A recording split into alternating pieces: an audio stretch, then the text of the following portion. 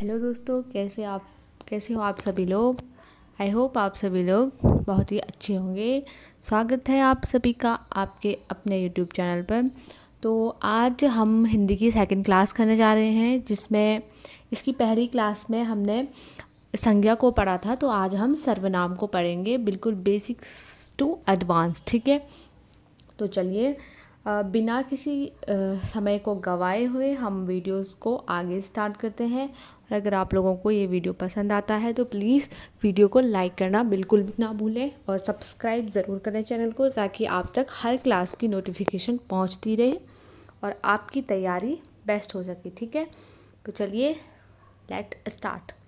Okay, पहला हमारे पास जो टॉपिक आ जाता है यहाँ पे, वो आ जाता है हमारे पास सर्वनाम। ठीक है, इंग्लिश में आप इसे प्रोनाउंस कह सकते हैं। ठीक है, तो सर्वनाम की सबसे पहले हम यहाँ पे परिभाषा देख लेते हैं कि क्या होते हैं सर्वनाम। ठीक है, तो सर्वनाम वह शब्द है जिसका प्रयोग संज्ञा किसी व्यक्ति, वस्तु या स्थान के नाम के स्थान पर किया जाता है, जैसे कि मैं, तुम, वह, हम। ठीक है, मतलब संज्ञा के स्थान पे हम इसे प्रयोग में ला लेते हैं। ठीक है, जैसे हमने बोला कि राम खाना खाता है। ठीक है, तो यहाँ पे हमने राम की जगह पे दूसरा वर्ड इस्तेमाल कर लिया, हमने वह यूज़ कर लिया कि वह खाना खाता है। ठीक है, तो ये संज्ञा था, इसके स्थान पे हमने वह को यूज़ किया, तो यहाँ पे ये हमारे पास सर्वनाम आ जाता है। ठीक है, यही हमारे पास सर्वनाम होता है। ठीक है, अब हम सर्वनाम के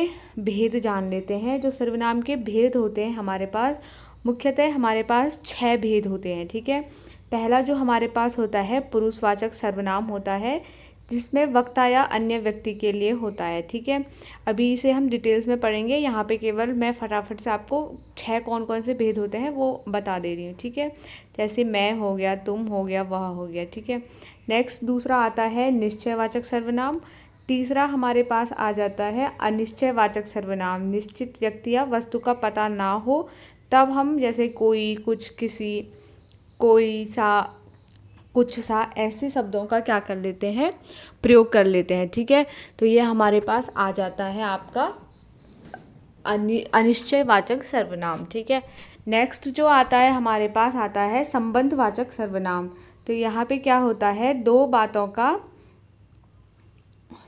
या शब्दों का संबंध जो होता है। जैसे हमने एक वाक्य लिखा हमारे पास कि जो मेहनत करता है वह सफल होता है, जैसे जो, सो, जिस, जिसको, जैसा करोगे वैसा भरोगे। ठीक है, जैसा वैसा, तो यहाँ पे हम एक संबंध स्थापित कर रहे हैं, वही हमारे पास संबंधवाचक सर्वनाम हो जाता है। ठीक है, नेक्स्ट जो हमारे पास आता है प्रश्नवाचक सर्वनाम होता है, जिसे हम क्या करते हैं, सवाल पूछने के लिए इस्तेमाल करते हैं, जैसे कि कौन, क्या, किसने, किसको, कैसा, कितना। जैसे कि वाक्य यहाँ पे हम देख लेते हैं छोटे छोटे, कौन आया है, क्या चाहिए, किसने किया, कैसा है। ठीक है, अभी हम इनकी जो डेफिनेशंस हैं वो डिटेल्स में पढ़ेंगे, अभी केवल मैं यहाँ पे भेद बता रही हूँ आपको। ठीक है ना, नेक्स्ट है हमारे पास निजवाचक सर्वनाम। ये खुद के लिए होता है, जैसे स्वयं, अपना या अपने, मैं अपना काम स्वयं कर लूँगा या मैं स्वयं अपना काम कर लूँगा। ठीक है, इसका प्रयोग इसीलिए होता है ताकि क्या होता है, ये भाषा को सरल और सुगम बनाता है। मतलब जहाँ पे हमने एक इंसान, एक व्यक्ति का नाम बार बार लेना है, वहाँ पे हम व्यक्ति का नाम ना लेकर के डायरेक्ट सर्वनाम का प्रयोग कर लेते हैं। ठीक है, तो नेक्स्ट है पहला जो हमारे पास था पुरुषवाचक सर्वनाम। अब डिटेल्स में इनके बारे में हम जानेंगे। ठीक है, पुरुषवाचक सर्वनाम, जो सर्वनाम शब्द बोलने वाले, सुनने वाले या किसी अन्य व्यक्ति के लिए प्रयोग होते हैं, वही हमारे पास पुरुषवाचक सर्वनाम कहलाता है। ठीक है, बोलने वाला अर्थात मैं। ठीक है, सुनने वाला यानी कि तुम। ठीक है, और अन्य व्यक्ति यानी कि वह। ठीक है, मतलब मैं और तुम मिलके जिसके बारे में बात कर रहे हैं वो कोई तीसरा है तो वो वह हो जाएगा। ठीक है, तो ये भी हमारे पास पुरुषवाचक सर्वनाम हमारे पास 3 प्रकार के होते हैं। ठीक है, पहला जो हमारे पास आता है उत्तम पुरुष आता है।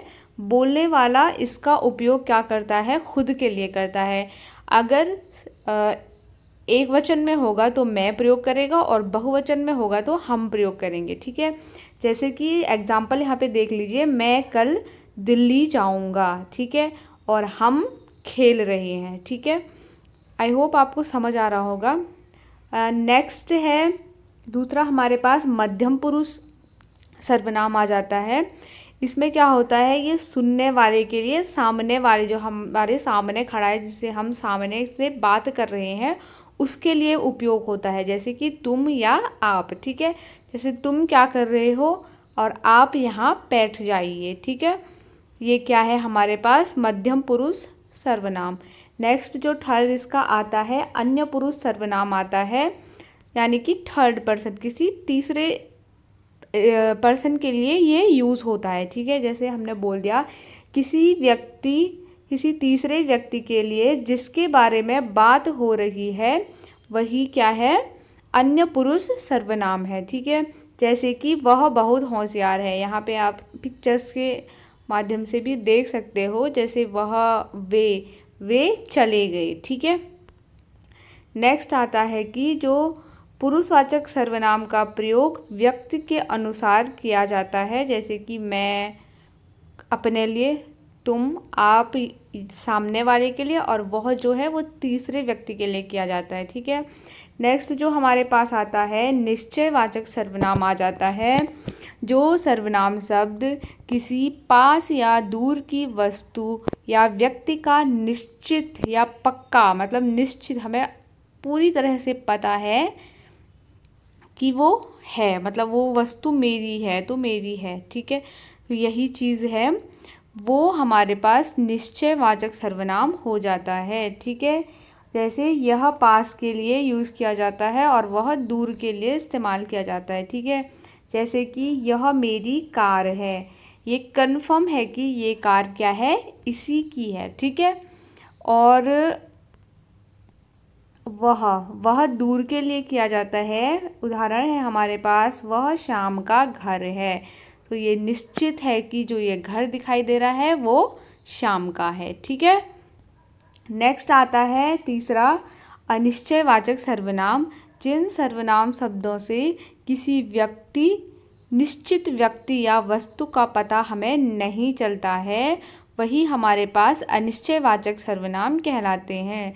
जैसे कि हम निश्चित ना हो कि वो वस्तु मेरी है। ठीक है, या फिर अभी देख लेते हैं, जैसे हमने बोल दिया कि दरवाजे पर कोई खड़ा है। ठीक है, यहाँ पे पता नहीं चल पा रहा है कि दरवाजे पे कौन खड़ा है। ठीक है, तो ये हमारे पास अनिश्चयवाचक सर्वनाम में आ जाता है। और दूसरा एग्जाम्पल हमारे पास आ जाता है, दूध में कुछ गिर गया है। ठीक है, दूध में कुछ गिर गया है, लेकिन क्या गिरा है वो अभी पता नहीं है, तो इसी को हम क्या कहते हैं, अनिश्चयवाचक सर्वनाम। नेक्स्ट हमारे पास फोर्थ आता है, संबंधवाचक सर्वनाम। जो सर्वनाम शब्द वाक्य में आए दूसरे संज्ञा या सर्वनाम शब्दों से संबंध बताते हैं। ठीक है, उन्हें हम क्या कहते हैं, संबंधवाचक सर्वनाम कहते हैं। और ज़्यादातर ये क्या आते हैं, जोड़े में ही आते हैं। जोड़े में जैसे कि जो, सो, ऐसा करोगे तो वैसा भरोगे, ऐसा वैसा। ठीक है, जैसे जो मेहनत करेगा वही सफल होगा। ठीक है, दूसरा एग्जाम्पल है कि जिसकी लाठी उसकी भैंस, ये आ रहे हैं ना, यही हमारे पास क्या है, संबंधवाचक सर्वनाम है। ठीक है, जो, वह। ठीक है, नेक्स्ट हमारे पास फिफ्थ आता है, प्रश्नवाचक सर्वनाम। जिन सर्वनाम शब्दों का प्रयोग किसी व्यक्ति, वस्तु या घटना के बारे में सवाल पूछने के लिए हम करते हैं, वही हमारे पास प्रश्नवाचक सर्वनाम कहलाते हैं। जैसे उदाहरण हमारे पास आ जाता है कि वहाँ कौन खड़ा है। ठीक है, ये हम क्या कर रहे हैं, किसी व्यक्ति के लिए प्रश्न पूछ रहे हैं। ठीक है, जैसे तुम्हारे हाथ में क्या है, वस्तु के लिए क्या है। ठीक है, या फिर आप सिंपल से, जब भी हमारे पास ये क्वेश्चन मार्क वाला सिंबल आता है, वही समझ लीजिए वहाँ पर क्या है, प्रश्नवाचक सर्वनाम आता है। ठीक है, नेक्स्ट सिक्स्थ वाला जो आ जाता है, निजवाचक सर्वनाम आता है। जिन सर्वनाम शब्दों का प्रयोग करता काम करने वाला अपने ठीक है। कर्ता किसे कहते हैं? जो काम करने वाला होता है उसे कर्ता कहते हैं, ठीक है। अपने खुद के लिए करता है वही हमारे पास निजवाचक सर्वनाम हो जाता है। जैसे मैं अपना काम स्वयं करूँगा, यहाँ पे स्वयं क्या है? निजवाचक सर्वनाम है, ठीक है। और वह अपने आप चली गई, इसमें अपने आप आपका क्या है? निजवाचक सर्वनाम है, ठीक है।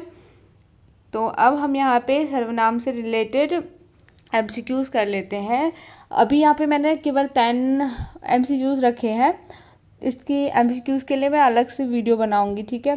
तो फिलहाल आप देख लीजिए कि आपको इनमें से कितना समझ आया है और आपके कितने मार्क्स 10 आउट ऑफ 10 आ रहे हैं, ठीक है। नेक्स्ट आता है हमारे पास संज्ञा के स्थान पर प्रयुक्त होने वाले शब्दों को सर्वनाम कहा जाता है। हिंदी व्याकरण में सर्वनाम के मुख्य रूप से कितने भेद होते हैं? तो 6 भेद आपके पास होते हैं, ठीक है। नेक्स्ट है तुम कहाँ जा रहे हो? इस वाक्य में तुम कौन सा सर्वनाम है? उत्तम पुरुष, मध्यम पुरुष, अन्य पुरुष या निजवाचक? तो तुम आपका किसके लिए यूज़ होता है? मध्यम पुरुष के लिए होता है।